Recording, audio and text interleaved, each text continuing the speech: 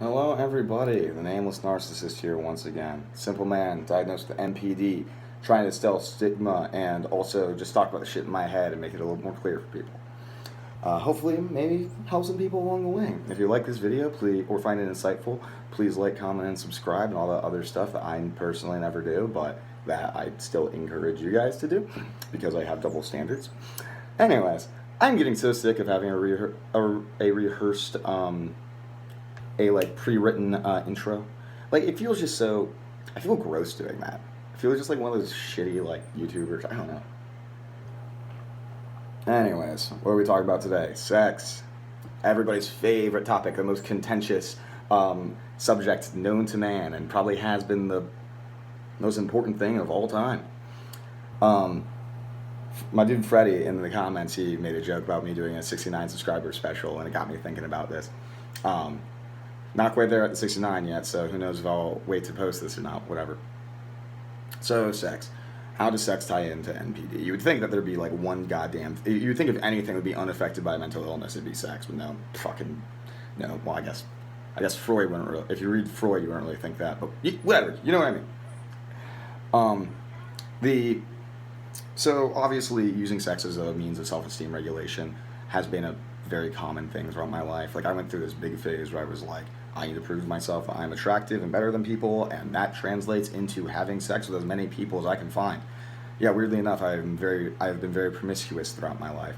You'd think that me talking about mental illness to my phone alone would indicate that I am a virgin, but no, I'm not. So, don't think that anymore. As I progressed though, and actually this was always prevalent. Oh, guys, remember, really shameful. All right, I'm gonna be super vulnerable and give a very shameful memory of mine in a few seconds here. But like as I became more, sexually active, and hell, from the first time I started having sex, there's always been, after I'm done, this feeling of overwhelming shame that I've never been able to like fully wrap my mind around. It's almost like this feeling that I've defiled the person I'm having sex with, even though obviously it was consensual. There's like this feeling that I ruined them, that they're now disgusting, and that like I did that to them. And it's not like even I guess there's a little bit of disgust towards them, but like it's still very me focused. It's not so much that I ruined them, it's that I defiled them, if that makes sense. I hope the emphasis there makes that thought process a little bit easier to understand. And obviously, I think a big part of this is due to the fact that sex is inherently vulnerable. It's by definition physically intimate, and for a lot of people, it's emotionally intimate. Not so much for me.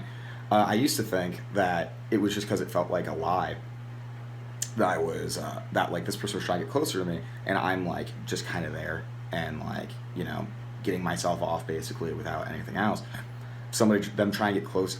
What was the dramatic thing I said once? Them trying to get closer to a man that has nothing deeper to him than his skin. Man, I'm so melodramatic. I love it though.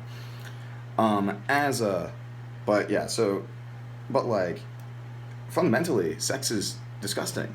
And not just in a way of like, oh, I hate sex, but in a way of like, if you really break down the behaviors of sex and what that actually is, it's a gross thing. There's like fucking liquids going everywhere and like sweat and like you're barely like making full sentences and grunting. It's gross, and that's vulnerable to be openly that disgusting and to engage in these primal drives that we all share, and we all have those primal drives, but like there's something inherently vulnerable about allowing yourself to go into that. And I guess that uncomfortability with vulnerability is clearly something that dictates the shame that occurs, at least for me, afterwards. Again, I'm not entirely sure if this is an NPD thing or just a me thing. I always have those questions in my head. I'm like, man, maybe like all narcissists aren't this fucking weird. But I remember once, my first girlfriend. This is the vulnerable story I was talking about. Oh God, I mentioned in one of my other videos the first girl I ever dated. So basically, I got with her just kind of to prove to myself that I could, because when she was with another guy, she said she liked me, and then she didn't like me anymore, and that gave me a whole complex. And then eventually, I won her back and took her virginity. and then broke up with her right before prom. I'm not a good person. I know. You don't have to say it. God, so I broke up with her twice, and like the first time I was just kind of like, I was lonely after I did, and I was like, well, I'm still horny, and what's the damage? Why not just fuck it and do it until something else comes along? And I couldn't really wrap my mind around like how that might be hurtful to somebody. Oh my god.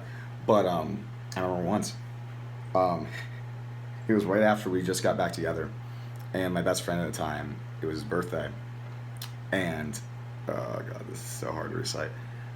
And so I lie during his birthday party because I want to go sleep with my girlfriend. I'm like 16 at this point, by the way.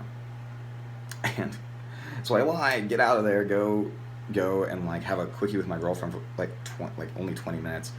And I'm like, okay, I gotta go now. I gotta get back to this party. And like I had kind of that feeling of shame, right? So I was already trying to get out of there kind of fast. I felt kind of gross, and I was like, I'm kind of using this girl for sex. This isn't right. I remember like I'm putting on my shoes. I'm like sitting on the bed, and like then she like, and this is like right after we got back together, and like she then like she's also sitting on the bed, and like she hugs me from the side in like a very like vulnerable and intimate way, and I'm like, oh my god, I'm a monster. Broke up with her real quickly after that. Oh god, that filled me with oh god, that shame and embarrassment, and like I think guilt. I think I felt guilt that time too. Just like, nah, probably not guilt. It's more shame. Still, God, that was gross. Ugh. I don't like thinking about that. And it's her fault. She's stupid enough to like get back together with me after I was a dick. No, but yeah. And hell, like regardless, my like relationship with sex has always been very complicated in that way. I remember like when I was with my other girlfriend, like at first the sex was like really good. Also, what's up with it being like a weird trope that narcissists have like great sex? It's true, but but that's such a weird like I guess I can't call it stigma. It's such a weird like association with pathological narcissism. They have great sex at the beginning at least. But I guess in my case it kind of tracks. I remember with one of my other girlfriends, I would like at first the sex was like fine, it is what it is. But like as time wore on, and I just felt more disgusted through the act of doing it, and just I felt more depraved every time I had sex with this woman, and like I could feel myself devaluating her, and like thinking less of her and associating her with all this shame. And like I just remember like some of the last times we had sex, I was just like the experience. Like I still would do it because I'm fucking a horny asshole, and like I want to get off. And like it's more satisfying to sleep with somebody than to, not. And like by the end of it, I just felt like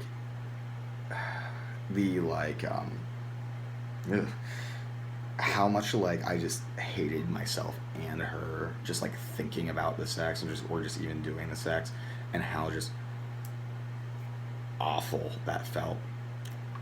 Ugh, God. Obviously, I guess the answer to this is don't sleep with people you don't care about. Easier said than done. Because you gotta learn to, because that's the thing, is that you have to fucking, it ties into all these other issues, pathological narcissism, revolving vulnerability, and being intimate and open, stuff like that, caring about people. All these issues that kind of then present themselves when it comes to the intimacy that has to do with sex. So, like, I'm kind of hoping that, like, things revolve around sex and those issues are things that are just kind of go away as you go through treatment. Like, as I become more vulnerable with people and I learn to be more open with them, etc., then it'd be a lot easier to, like, enjoy sex and have a healthy relationship with sex. But, who knows? Maybe I'm just going to be like this for the rest of my life. Maybe I'll never be able... Also, what the fuck is up with people, like, feeling emotionally connected because of sex? I don't get that. I really don't. It's like we're just jerking each other off. I don't understand. Maybe that's part of the problem though. Maybe that's not, like me just viewing it as jerking each other off. I don't know. Yeah, but anyways, sex special. There you go.